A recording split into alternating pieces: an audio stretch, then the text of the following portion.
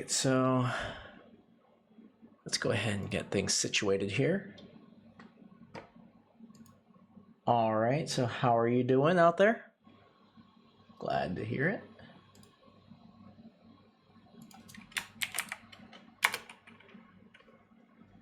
All right. Sorry about that, Scott.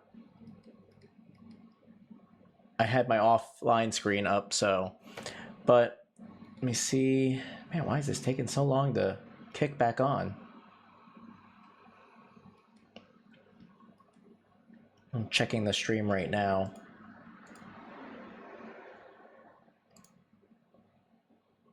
Surprised it hasn't updated yet. Oh, yes it has. I don't know what I'm talking about. So anyways, hi there. So, all right, so I've been doing this for quite a while now, and I'm getting into live streaming, so I thought maybe running it by someone else and having other people watch and putting, like, I've been doing this now several times today to kind of get myself better on camera and showing what I know. For starters, I have over 20 years worth of post-production experience working on everything from feature films down to simple YouTube videos. And I started shooting just a couple of years ago, but I wanted to show kind of some really cool things I've learned with multicam. Now, if you're familiar with multicam in Premiere Pro, I won't waste time showing, making sure things are synced up and everything. I'll kind of just cut to the chase. I don't know. How are you familiar with Premiere Pro for doing multi-camera? Or am I just kind of jumping the gun here?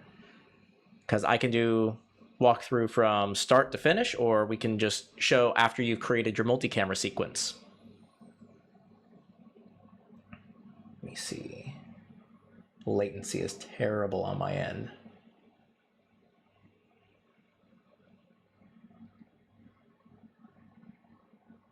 So, let's see. So, okay. So, for instance, let's just say, for all intents and purposes, you haven't done this before, because I haven't seen you respond yet. But let's just say, you haven't ever done multi-camera sequence before, and you're very new to it. So personally, I run my clips through Pluralize when I import them, or when I ingest my footage. I immediately put it through Pluralize, which gives me a nice playlist, or timeline rather, of all my clips synced, and it works for the most part decent.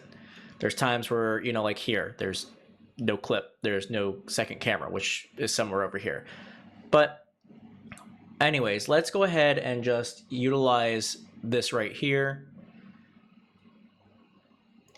This clip, we would look at whatever the slate is, or if we remember what we shot that day for that section. So for instance, veggies. So you can barely read it on the slate here, but it says veggies. So I would then, when I go to,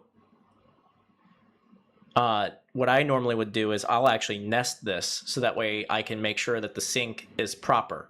Because working in all of this clutter here, I can't stand it personally. So I would, normally you would right click and go to nest. Now, me personally, that takes too much time when I'm working. So I've actually hooked up a Stream Deck to my computer, and I can actually just do my nesting with one button push. So I can select clips, and then push the one button, and now I can nest. So I could type in veggies, and then it would make all of that into my my new timeline.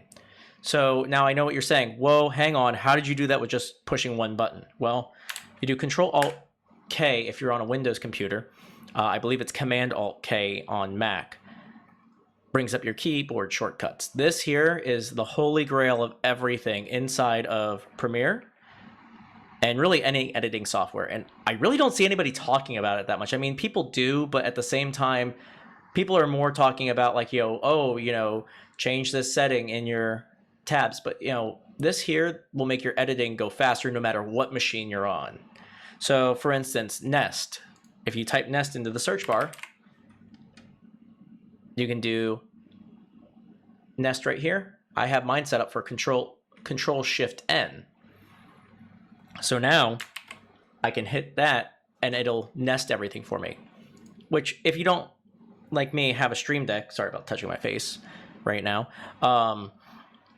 but if you didn't have a Stream Deck, you could just hit Control Shift N and it would nest the clips for you. So all I've done is just made it where instead of hitting those 3 keys together, I just have one button on my Stream Deck to push. So after we've created that, let's go ahead and go to where that segment is at. Well, actually here, we'll go to one that I've already worked on. So around the classroom. So if you go into around the classroom, you can now see, we can make sure our sync is good, because sometimes when you use these syncing softwares, I know one of my cameras, for instance, recently has been having an issue where audio has been a huge drift. So I actually have to go in and I have to make sure that the sync is on. So I've already done that, but you would more or less, you would either nudge your clips or you would try and find a sync point. I typically always use a slate. So I'll make sure that, the sync is good. Claps are right on the frame here. And a lot of people think that this line here is where your playhead is at. It's not. It's actually right here where the top of the playhead comes over. So what we're going to do now is make sure all of our frames are lining up.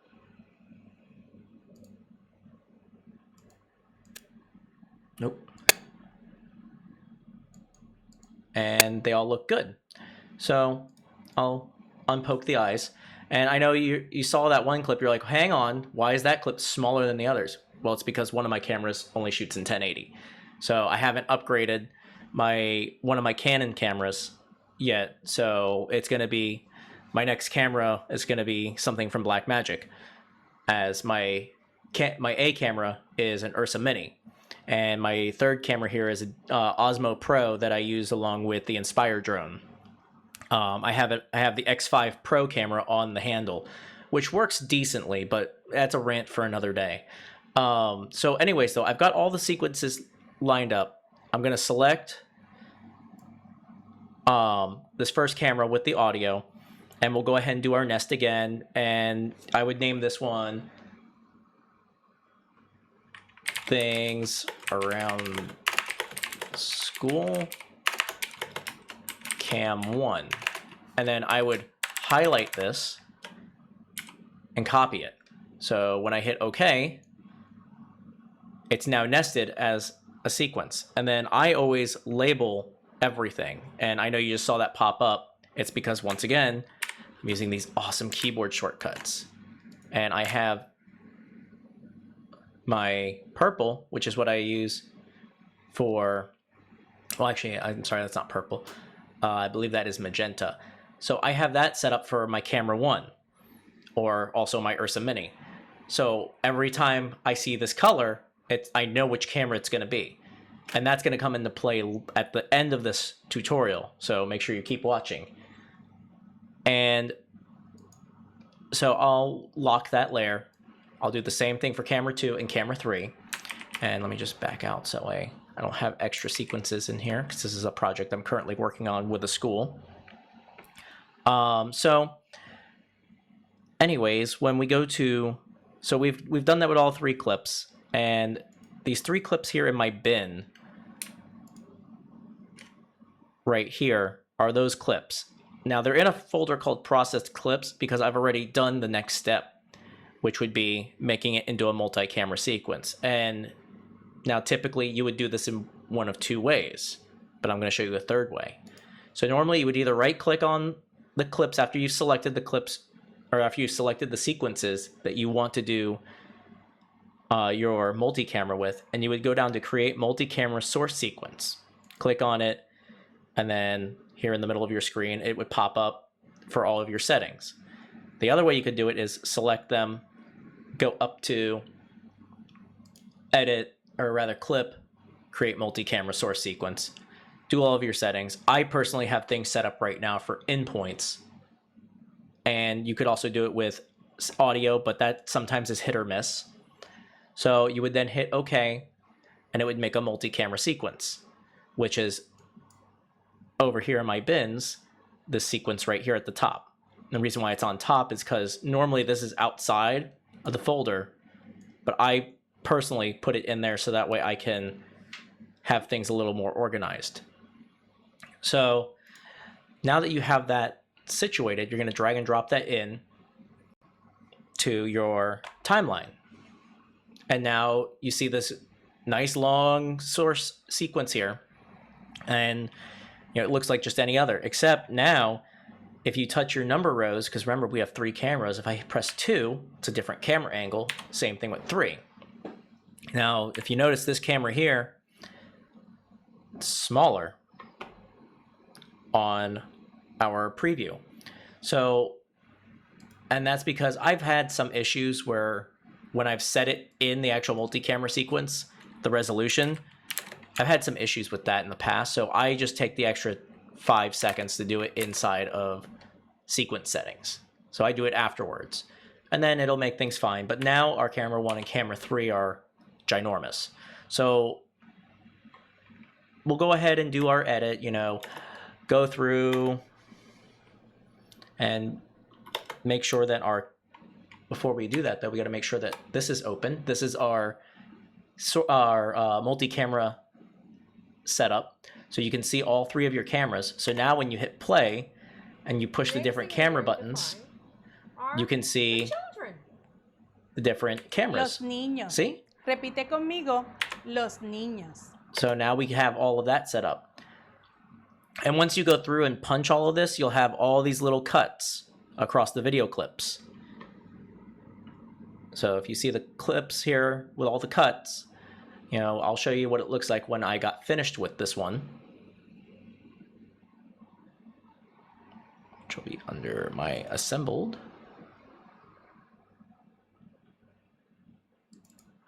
So when I got done with it, it looked like this. And so, I'll make sure that I watch through it, make sure everything's good one final time. But once you've gone through, you've punched all your camera angles, I know you're seeing, hey, those clips are still really big. What's up with that? Well, our next step is actually going to be to take the sequence that we did. And I personally do this because in case a client says, hey, I don't like this, I want to change something, it makes it much easier for revision purposes.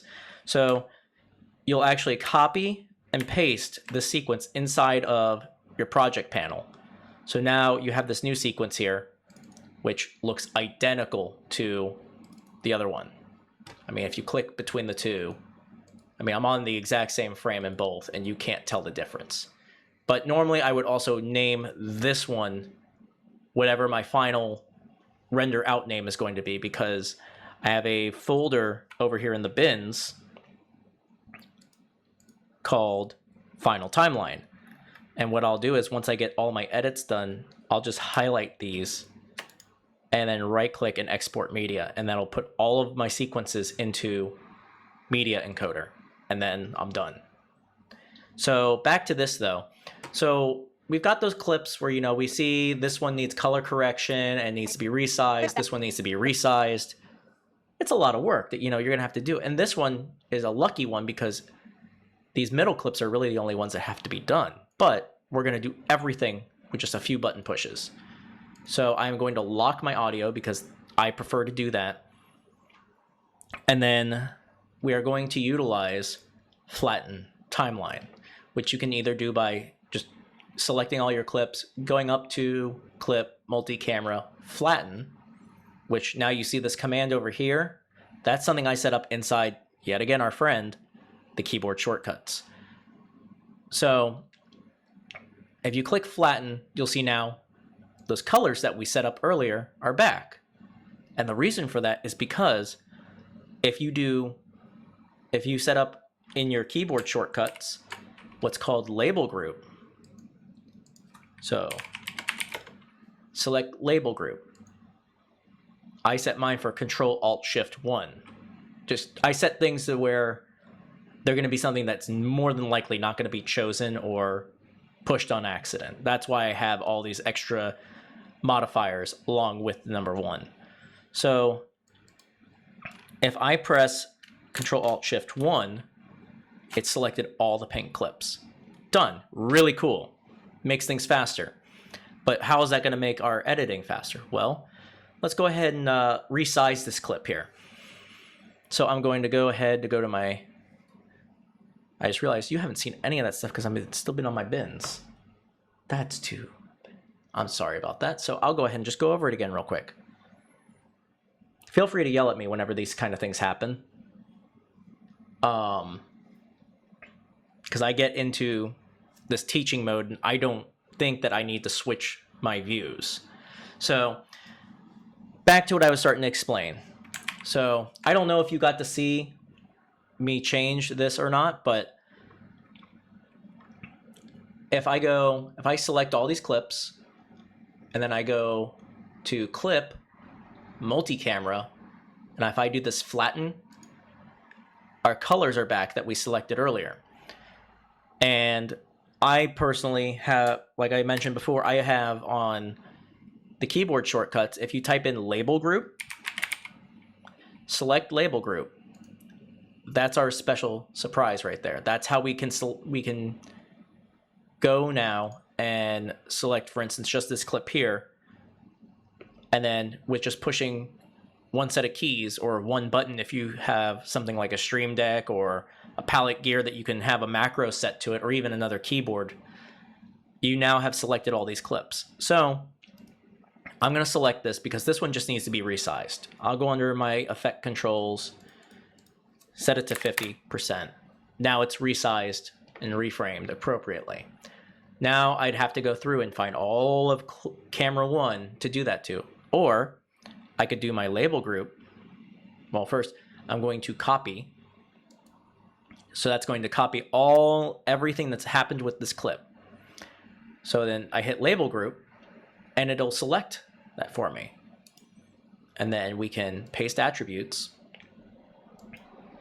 And now all those clips are taken care of.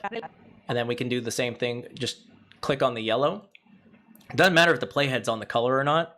You can just click on that, and then I have set up yet another macro where it does the label group and pasting for me.